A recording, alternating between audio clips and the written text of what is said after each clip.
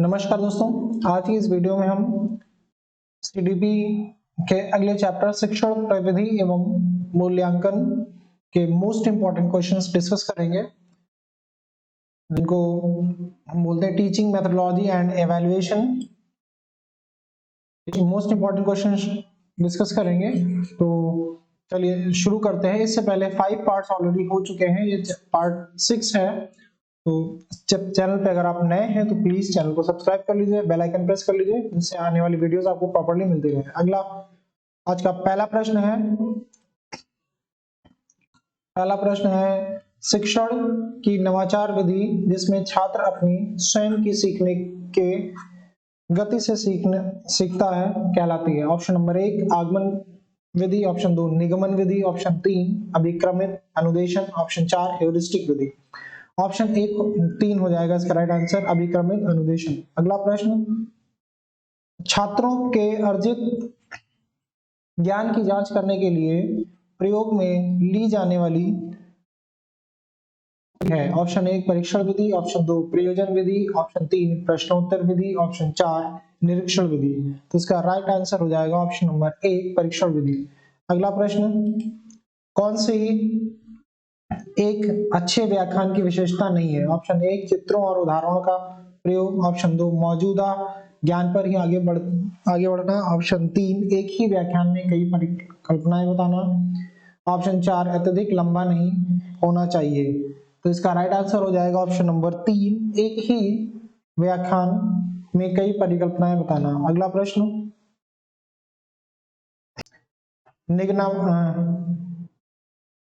निगमनात्मक विधि के माध्यम से शिक्षण क्या है। ऑप्शन 1 सामान्य से विशिष्ट, ऑप्शन 2 विशिष्ट से सामान्य, ऑप्शन 3 मैक्रो से माइक्रो, ऑप्शन 4 आसान से कठिन। तो इसका राइट आंसर हो जाएगा ऑप्शन नंबर 1 सामान्य से विशिष्ट। अगला प्रश्न, प्याजे के सिद्धांत में वस्तु स्थायित्व डैश चरण के अंत में विकसित किया जाता है। ऑप्शन 1 ज्ञानेंद्रिय, ऑप्शन 2 पूर्व संक्रियागत, ऑप्शन 3 मूर्त संक्रियागत, ऑप्शन 4 औपचारिक संक्रियागत। इसका राइट आंसर हो जाएगा ऑप्शन नंबर ए ज्ञानेंद्रिय। अगला प्रश्न, सामान्य निवारण विधि के जनक कौन है। ऑप्शन सामान्य निवारण विधि के जनक कौन है। Option 1 John Dewey, option 2 Karl Marx, option 3 William Adams, option 4 सुकरात। तो इसका राइट आंसर हो जाएगा ऑप्शन नंबर 1 जॉन डीवी। अगला प्रश्न है उपचारात्मक शिक्षण का क्या उद्देश्य है। उपचारात्मक शिक्षण का क्या उद्देश्य है। ऑप्शन 1 भाषा को सीखना, ऑप्शन 2 कम से कम समय में हल खोजना, ऑप्शन 3 उस भाषा को पढ़ाना जो ठीक से ना पढ़ाया गया हो, ऑप्शन 4 उस भाषा को पढ़ाना जो पहले ही पढ़ाया जा चुका हो। तो इसका राइट आंसर हो जाएगा ऑप्शन नंबर 3 उस भाषा को पढ़ाना जो ठीक से ना पढ़ाया गया हो। अगला प्रश्न, गठनात्मक आकलन हेतु निम्नलिखित में से कौन सा साधन उचित नहीं है। ऑप्शन 1 दत्त कार्य, ऑप्शन 2 मौखिक प्रश्न, ऑप्शन 3 सावधिक जांच परीक्षण, ऑप्शन 4 प्रश्न मंच एवं खेल। तो इसका राइट आंसर हो जाएगा ऑप्शन नंबर 3 सावधिक जांच परीक्षा। अगला प्रश्न, विद्यालय आधारित आकलन मुख्य रूप से किस सिद्धांत पर आधारित होता है। ऑप्शन 1 किसी भी कीमत पर विद्यार्थियों को अच्छे ग्रेड मिलना चाहिए, ऑप्शन 2 विद्यालय बाह्य परीक्षण निकायों की अपेक्षा ज्यादा सक्षम है, ऑप्शन 3 आकलन बहुत किफायती मितव्ययी होना चाहिए, ऑप्शन 4 बाह्य परीक्षकों की अपेक्षा शिक्षक अपने शिक्षार्थियों की क्षमता को बेहतर जानते हैं। तो इसका राइट आंसर हो जाएगा ऑप्शन नंबर 4 बाह्य परीक्षकों की अपेक्षा शिक्षक अपने शिक्षार्थियों की क्षमता को बेहतर जानते हैं। अगला प्रश्न, एक शिक्षक प्रश्न पत्र बनाने के बाद यह जांच करता है कि क्या वे प्रश्न परीक्षा के लिए विशिष्ट उद्देश्य की परीक्षा ले रहे हैं। वह मुख्य रूप से प्रश्न पत्र की डैश के बारे में चिंतित है। ऑप्शन 1 प्रश्नों के प्रकार, ऑप्शन 2 विश्वसनीयता, ऑप्शन 3 वैधता, ऑप्शन 4 संपूर्ण विषय वस्तु को शामिल करना। तो इसका राइट आंसर हो जाएगा ऑप्शन नंबर 4 संपूर्ण विषय वस्तु को शामिल करना। अगला प्रश्न, किस देश में शिक्षा के क्षेत्र में बौद्धिक उद्देश्य पर बल दिया गया है? Option A Bharat, option 2 Greek, option 3 Sparta, option 4 Athenian. इसका राइट आंसर हो जाएगा ऑप्शन नंबर 2 ग्रीक। अगला प्रश्न, स्कूली अंतर के बीच शिशुओं के लिए स्कूली प्रभावशीलता का आकलन करने का सबसे आम तरीका कौन सा है? Option A matrix, option 2 grade दृष्टिकोण के माध्यम से, ऑप्शन 3 सांख्यिकीय नियंत्रण, ऑप्शन 4 इनमें से कोई नहीं। तो इसका राइट आंसर हो जाएगा ऑप्शन नंबर 3 सांख्यिकीय नियंत्रण से। अगला प्रश्न, डिजाइन कार्य मध्य ग्रेड डिजाइन कार्य पॉइंट पद्धति से बेहतर है? ऑप्शन ए स्कूली शिक्षा में मध्य ग्रेड अंतराल अन्य उपलब्धि से संबंधित चर के अंतर से संबंधित नहीं है। ऑप्शन 2 सांख्यिकी नियंत्रण द्वारा प्राप्त प्रभावशीलता का अनुभव शून्य के बराबर होता है। ऑप्शन 3 यह दृष्टिकोण अपेक्षित उपलब्धि का अनुमान लगाने के लिए स्कूल के छात्रों के सामाजिक आर्थिक विशेषताओं का उपयोग करता है। ऑप्शन 4 छात्रों के शरीर की विशेषताएं स्थिर रहती हैं, वे साथियों द्वारा हासिल उपलब्धियों को प्रभावित नहीं करते हैं। तो इसका राइट आंसर हो जाएगा ऑप्शन नंबर ए स्कूली शिक्षा के माध्यम में ग्रेड अंतराल उपलब्धियों से संबंधित चर के अंतर में संबंधित नहीं है। अगला प्रश्न,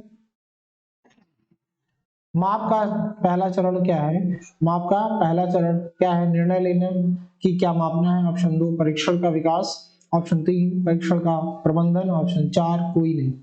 इसका राइट आंसर हो जाएगा ऑप्शन नंबर 1 निर्णय लेना की क्या मापना है। अगला प्रश्न,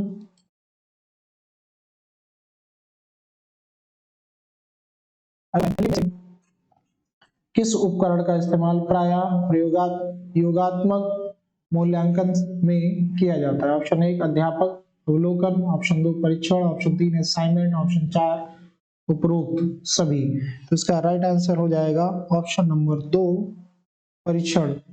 अगला प्रश्न, कुडर रिचर्डसन विधि का इस्तेमाल डैश का अनुमान लगाने के लिए किया जाता है? ऑप्शन 1 वैधता, ऑप्शन 2 विश्वसनीयता, ऑप्शन 3 प्रयोज्यता, ऑप्शन 4 वस्तुनिष्ठता। इसका राइट आंसर हो जाएगा ऑप्शन नंबर 1 वैधता। अगला प्रश्न, विविधता विविधता देने के लिए विविध बनाने के लिए ऑप्शन डैश स्थिति या गुणवत्ता को निष्पक्षता के लिए सौदे में निष्पक्षता के लिए, ऑप्शन 1 समानता, ऑप्शन 2 अपक्षपात, ऑप्शन 3 समावेश, ऑप्शन 4 इनमें से कोई नहीं। तो इसका राइट आंसर हो जाएगा ऑप्शन नंबर 2 अपक्षपात। अगला प्रश्न है शिक्षा के यथार्थवाद में निम्न में से कौन सी आलोचना नहीं की गई है? ऑप्शन 1 सह पाठचर्या संबंधी गतिविधियों के मूल्य को नकारने वाले शिक्षकों की, ऑप्शन 2 पुस्तकों से रट्टा मारकर परीक्षा में पुनः प्रस्तुत करने वाले कुठित छात्रों की, ऑप्शन 3 स्कूलों को ऐसे तरीके से संगठित करना जो नागरिकों के व्यवहारिक प्रशिक्षण के लिए अनुकूल हो, ऑप्शन 4 शिक्षण जो बच्चों को जीवन से दूर ले जाता है। तो इसका राइट आंसर हो जाएगा ऑप्शन नंबर 3 स्कूलों को ऐसे तरीके से संगठित करना जो नागरिकों के व्यवहारिक प्रशिक्षण के लिए अनुकूल हो। अगला प्रश्न, इनमें से किस शिक्षाविद को किंडरगार्टन प्रणाली के उद्भवकर्ता का श्रेय दिया जाता है? Option 1 Frederick Froebel, option 2 Maria Montessori, option 3 हैरिक पेस्टोलॉजी, ऑप्शन 4 जॉन डीवी। तो इसका राइट आंसर हो जाएगा option number A Frederick Froebel. अगला प्रश्न, शिक्षा की डाल्टन प्रणाली डैश द्वारा विकसित की गई? ऑप्शन 1 मारिया मॉन्टेसरी द्वारा, option 2 John Dewey, option 3 Helen Parkhurst, option 4 T Raymont. इसका राइट आंसर हो जाएगा हेलन पार्कस्टर। अगला प्रश्न है शिक्षण के प्रदर्शन विधि में प्रदर्शन के दौरान एक विद्यार्थी को डैश के अवसर प्राप्त होते हैं। ऑप्शन 1 अवलोकन के, ऑप्शन 2 नोट बनाने के, ऑप्शन 3 प्रश्न करने के, ऑप्शन 4 आरेख बनाने के। इसका राइट आंसर हो जाएगा सभी ऑप्शन जितने भी दिए गए हैं वो सभी अवसर प्राप्त होते हैं। अगला प्रश्न, कोल्ब मॉडल के अनुसार सीखने की किस विधि में शिक्षार्थी समूह में काम करना सीखते हैं? पूर्वाग्रह मुक्त होकर औरों की सुनते हैं तथा व्यक्तिगत तौर पर फीडबैक प्राप्त करते हैं। ऑप्शन 1 अपसारी विधि में, ऑप्शन 2 अभिसारी विधि में, ऑप्शन 3 आत्म सातीकरण विधि में, ऑप्शन 4 अनुकूल विधि में। तो इसका राइट आंसर हो जाएगा ऑप्शन नंबर 1 अपसारी विधि में। अगला प्रश्न, सहयोगात्मक अधिगम के क्या लाभ हैं? ऑप्शन 1 विद्यार्थी विभिन्न प्रकार के लोगों के साथ काम सीखते हैं, ऑप्शन 2 विद्यार्थी अपने सहपाठियों तथा अन्य शिक्षार्थियों के साथ समूह में कार्य करते हुए अपने आप को उनसे जोड़ना सीखते हैं, ऑप्शन 3 विद्यार्थी सामग्री को अधिक अपना मानते हैं तथा एक टीम के रूप में कार्य करते हैं, संबंधित मुद्दों पर गहन विचार विमर्श करते हैं। तो बताना है आपको इनमें से कौन कौन से लाभ होते हैं। ऑप्शन 1 ABC तीनों, B A B, option 3 B और सी, ऑप्शन 4 ए एंड सी। तो इसमें से ऑप्शन 1 हो जाएगा, ये तीनों के तीनों ही सही है। अगला प्रश्न, एक बच्चा जो अवबोधन करता है वह काफी हद तक उसके डैश पर निर्भर करता है। ऑप्शन 1 इनमें से कौन कौन सी चीजें हैं जिन पर निर्भर करता है? पूर्व अनुभव, ऑप्शन 2 नहीं, पूर्व अनुभव, मान्यताएं और तीसरा है उद्देश्य। तो इसका राइट आंसर हो जाएगा ऑप्शन 3 इनमें से तीनों के तीनों ही है, ए बी सी। अगला प्रश्न है निम्नलिखित में से कौन सा से शिक्षण की खोज विधि के लाभ है जिनमें प्रयोग विज्ञान शिक्षण के लिए कक्षा में किया जाता है? शिक्षार्थी सीखने में आनंद का अनुभव लेते हैं क्योंकि वे स्वयं से ज्ञान की खोज करते हैं। ऑप्शन दूसरा है शिक्षार्थियों में सूचना प्रसंस्करण क्षमता के विकास के लिए कंटेंट शिक्षक और शिक्षार्थियों के बीच सतत अंतरक्रियाएं होती हैं। तो इसमें से बताना है कौन सा सही है, केवल पहला सही है, केवल दूसरा सही है, या दोनों सही है, या एक भी सही है।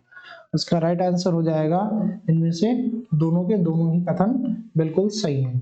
तो आज की प्रश्नोत्तरी यही समाप्त होती है, आज के प्रश्न यही समाप्त होते हैं। आई होप कि आपको टॉपिक समझ आए होंगे, और अगर आप चैनल पर नए हैं तो प्लीज चैनल को सब्सक्राइब कर लीजिए, बेल आइकन प्रेस करिए, वीडियो अच्छा लगी है तो लाइक करिए, शेयर करिए अपने दोस्तों में। Thank you.